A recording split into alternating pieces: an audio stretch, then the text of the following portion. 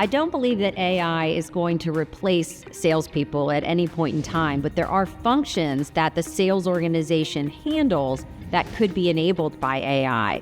So certain frequently asked questions, being able to qualify leads, like scheduling appointments. I mean, a lot of that is manual tasks that salespeople have to do today, and that administrative burden is really difficult. So we can use AI to take some of that admin off of them, but we're gonna always need salespeople to do great discovery meetings with clients, to really understand the pain points, particularly the emotional aspects of what's happening with that owner or that team, because AI cannot read the emotions, and therefore we know that's a big part of the sales process. So making sure that we're training our teams to use AI for the admin portion, but using their skill sets and their brains to understand what's really happening with the client to help them.